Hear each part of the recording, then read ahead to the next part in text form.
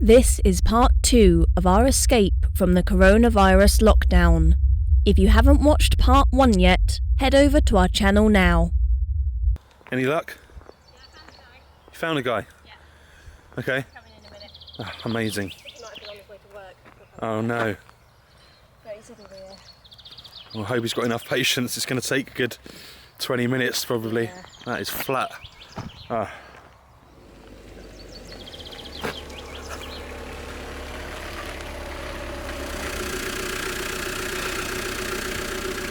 Well, we've got no idea what's going on at the minute. It's not starting, even though he's been trying to jump start it for about half an hour. We're reading at 14 volts, but it's just not having it. Sounds like either the starter motor's gone or there's a bad earth to the block. I don't know what's going on. Either way, a tractor's now going to come and try and bump start us. So we'll see how this goes. What a start to the day. And then we've been bump started by a tractor.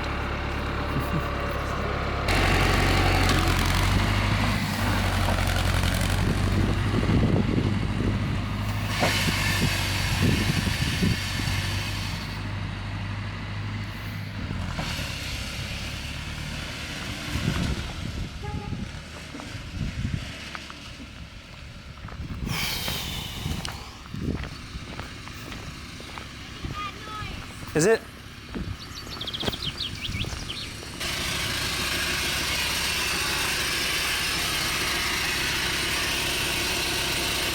Oh no. We'll just whack it. We've got the van running, but now the starter motor's stuck on. Goodness me. So nervous we're not going to make it back to England at this rate. Trashing the starter motor. So we tried to start the van this morning, and the battery kind of got lower and lower. It wouldn't turn over. We got someone to come and jump start us, and then it just refused to start after that. It's making a noise that's consistent with the starter motor not engaging. Okay, so as you could hear, that wasn't sounding too good at all. We cut the engine out. Can't get it started still. I think the gears come out and got stuck on the starter motor or something. I don't know, it's making some fucking horrible noises under there. So we're just on the phone to RAC now. They're going to send someone out to have a look. So, we've been sat here just over an hour waiting for this guy, and he's bringing a recovery truck to take us to a garage, but somewhere along the line I think he's got a bit confused about how to tow us to the garage, because he's got a car on the back of his truck. Facepalm moment or what? And he couldn't find the address. And he couldn't find the address. I mean, he's local. It's ridiculous. This day is just getting worse and worse. I'm not even stressed anymore. It's just funny. So the breakdown guy came, he had a little look. He connected the van up to another battery with some jump cables, did manage to get it started again without a bump start, but again the starter motor, the gear was still engaged, and so the engine's running, it's making this horrible grinding noise the whole time, which at first he was denying there was anything wrong, and then I'm insisting that he had a look at the starter motor, which he did.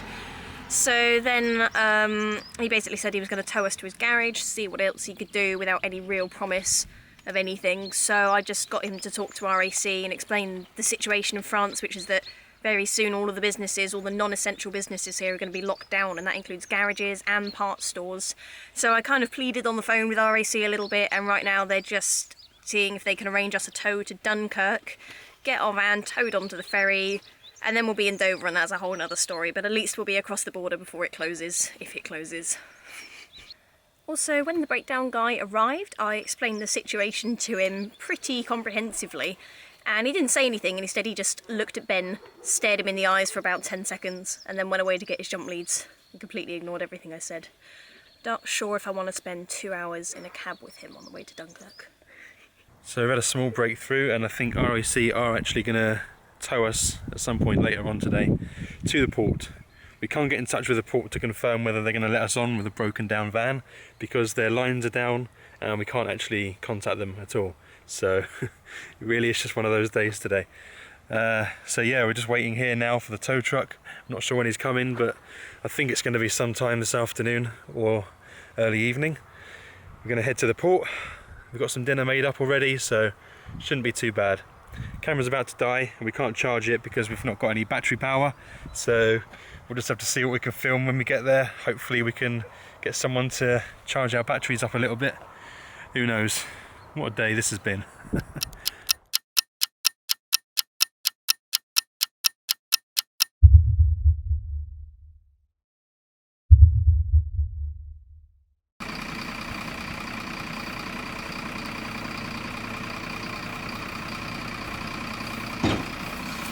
There she goes.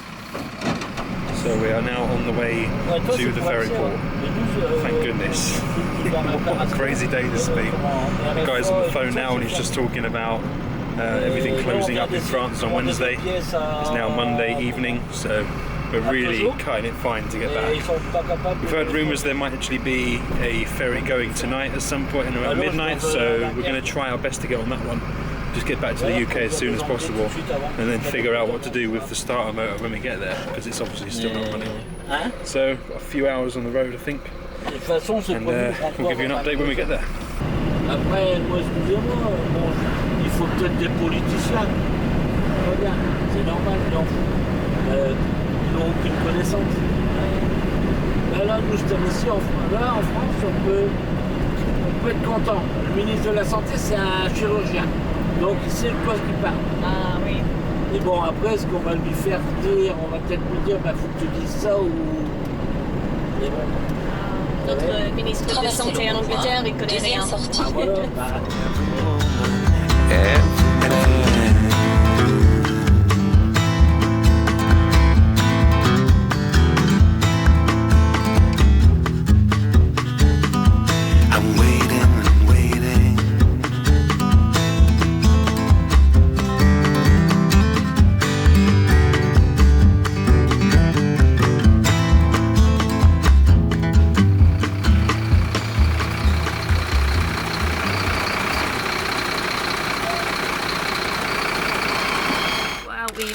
Ferry port, which is one place we didn't think we were going to get to today. I am shattered already. I feel kind of shaky, man. I don't know how long a night we've got ahead of us yet. Yeah, like we've found a guy that's been speaking to us on Instagram, so helpful, like really happy that we've just got some help here actually, because we've needed help all day really. Our filming was a bit intermittent at this point, but we met a guy called Jake who'd offered to help us when he heard about our situation on Instagram. We amended our ferry booking with DFDS to the same time as his, but they advised us that our van could not be towed onto the boat and that we would have to drive it on by ourselves. Jake helped us to charge up our batteries and remove the rust from our dodgy engine earth so we could limp our van onto the ferry.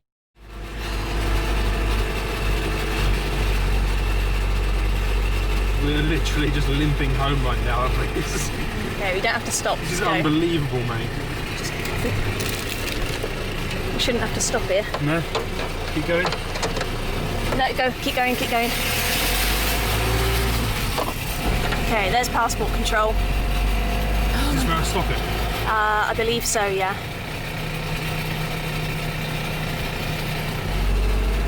Stop number 1. Scraping and rattling our way over to customs. It's getting worse. Okay, have we gone the right way? We can turn the engine off now and just coast it. Have we? Have we gone the wrong way? Screeching. Huh? Screeching. Yeah.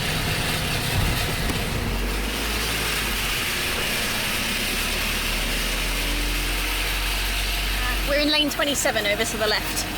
We'll just get into the lane and then go. 27? Yeah.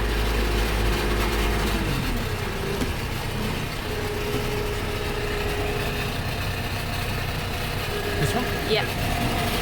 Okay, I reckon you can coast it all the way to that moho.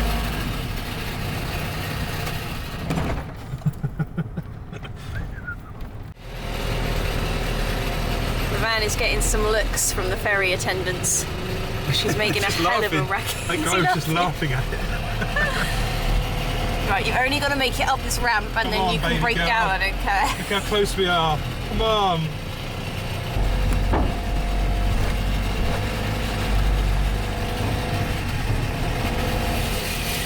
Oh, look at that shit. Which way? Which way? That way. Hoppa.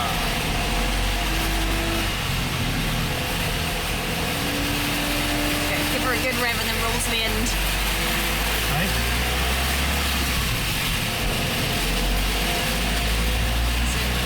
I'll cut it. And we're outside. Oh no. Why do we have to go outside?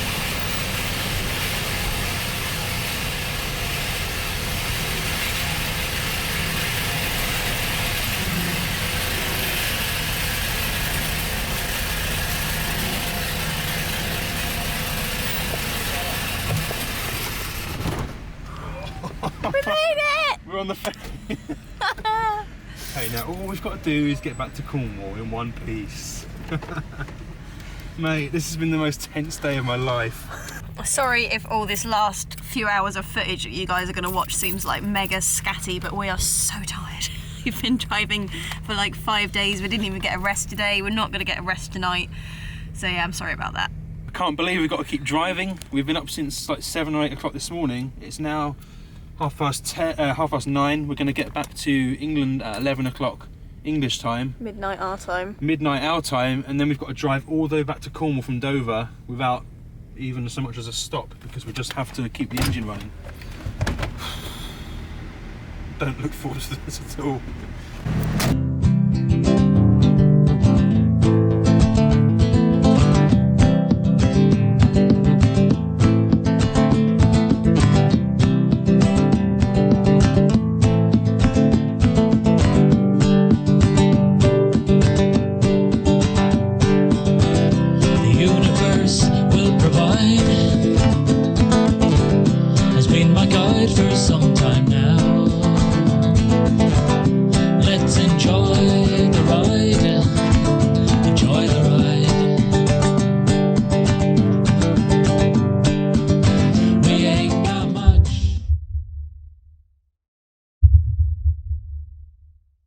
Back in England, just arrived in Dover.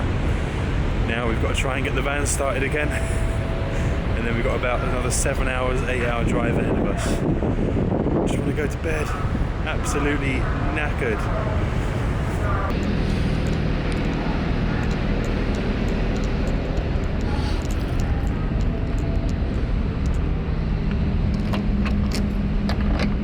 Turn left, then keep right. Maybe stop here. I seem to remember seeing it on this side.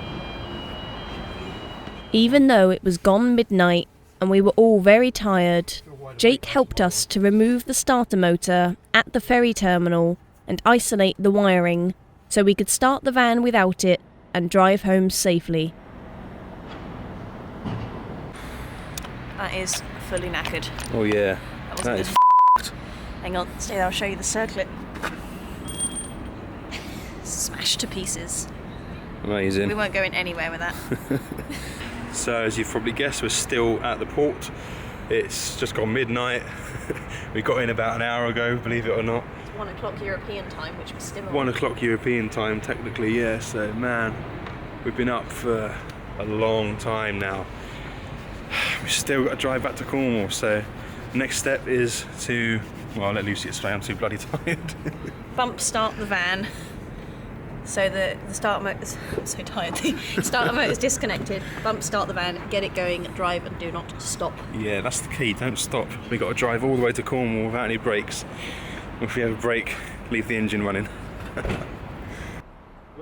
At this point, we needed extra help to get the van going, and roped in an unsuspecting Border Force officer who started asking questions, to which Ben helpfully replied. I don't know, actually. We've kind of been starting it. It was running, but... You can start, we just need to give it a push. Yeah, we just need to give it a push. Eventually, we got him on side, and together gave the van one big final push.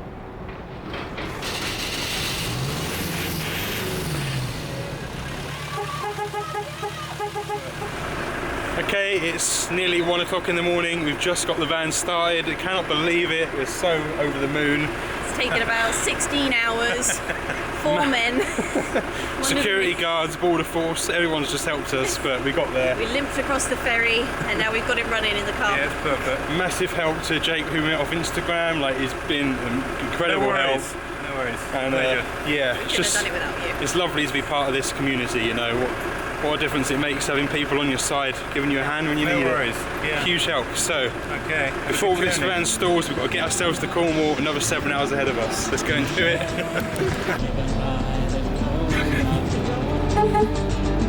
See ya.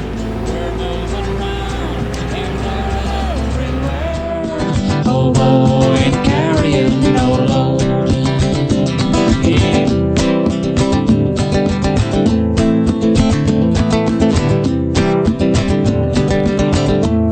Right, sat-nav saying we're going to get there at 6:30 in the morning. Bearing in mind we started this morning just before 8 o'clock.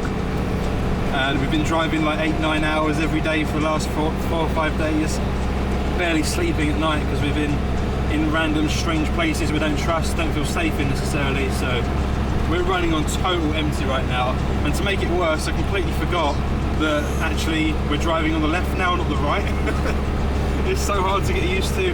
I've just been driving in the fast lane without thinking about it. So man, this is going to be hard. It's going to be the hardest It's drive. the hardest drive and the hardest day of our lives. And if the van stops, it's game over.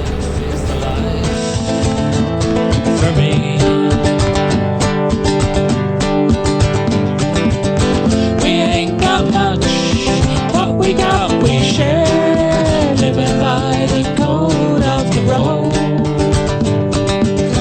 We're moving round here, there, and everywhere. Hobo ain't carrying no load.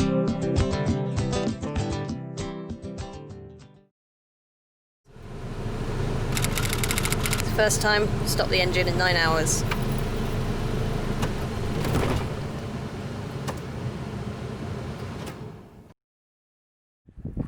So we made it back, guys. We're back in Cornwall.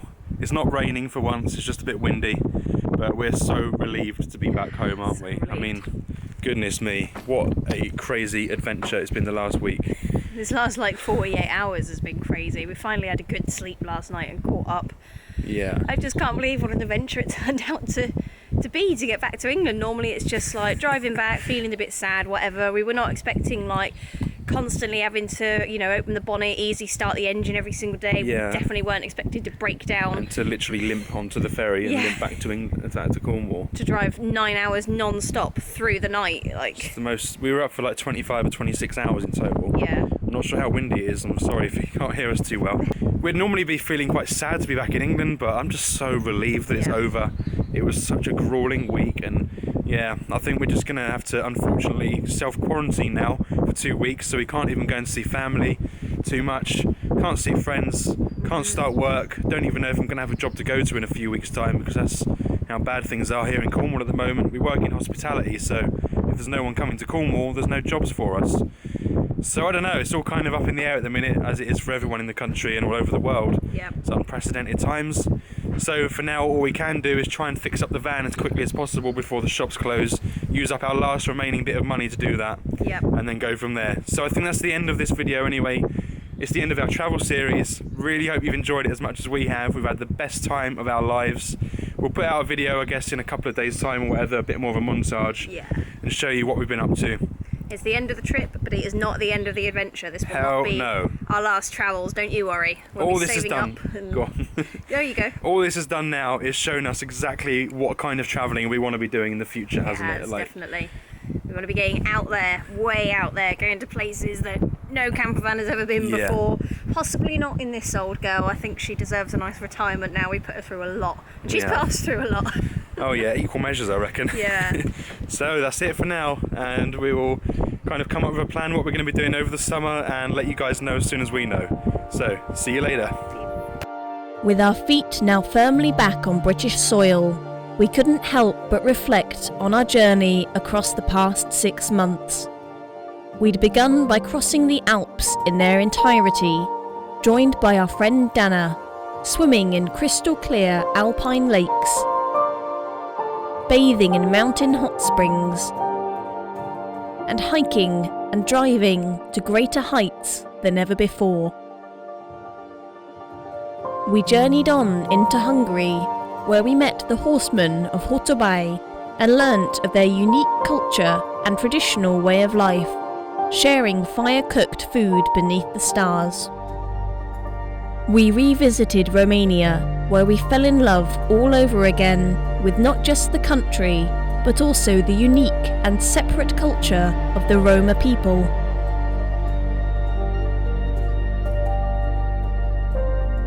We stuck rigorously to our inland route to experience the interior of each Balkan country, and nowhere was this more striking than the landlocked country of Serbia, where we roamed its dirt roads, bathed in undiscovered springs, and saw beauty like never before in the Tara National Park. We entered Kosovo with trepidation, but found a country full of warmth and beauty. Ben finally got to fulfill his lifelong dream of seeing a bear, and we spent our time meeting prominent members of the Roma and Balkan Egyptian communities. Macedonia greeted us with surprise dusting of snow on our first morning, but there would be plenty more to come as we ventured high into the snow-covered lands of Mavrovo National Park and camped among its peaks.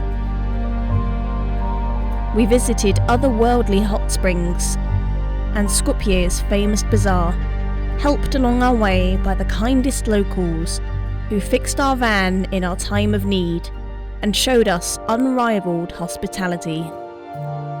After a brief stint in Greece, taking daily baths in the river hot spring of Thermopylae, we returned to Macedonia to celebrate the Orthodox New Year, visit remote mountain villages, and watch the Epiphany Day celebrations. We paid our second visit to Albania and were not disappointed. We camped in some of the most spectacular places, drove some of the worst roads we've ever put our van through, and bathed in even more hot springs. We met lovely, inspiring, and interesting people, and trekked deep into the Albanian Alps to meet the villagers living in some of Europe's most inaccessible locations. After Albania, we began to head home, but not without taking the most incredible routes we could find, weaving through the Tara Canyon in the heart of Montenegro, and exploring the abandoned Olympic sites left devastated by the war in Bosnia and Herzegovina. We'd gained a deeper understanding of the Balkans than ever before, had some unforgettable experiences, and made memories that would last a lifetime. The road had not always been smooth. We were faced with daily challenges, van troubles, dangerous roads, and icy temperatures. Yet this winter adventure through the Balkans had been our most memorable yet. And although this journey was now at its end, there were many more adventures to look forward to for the future.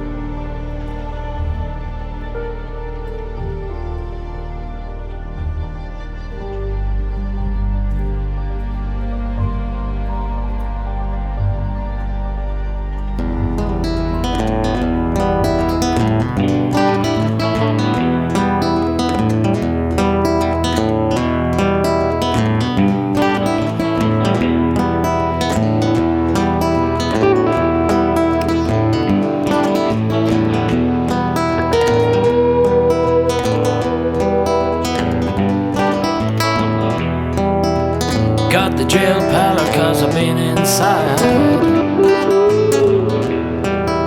I ain't seen nothing of the sweet sunshine.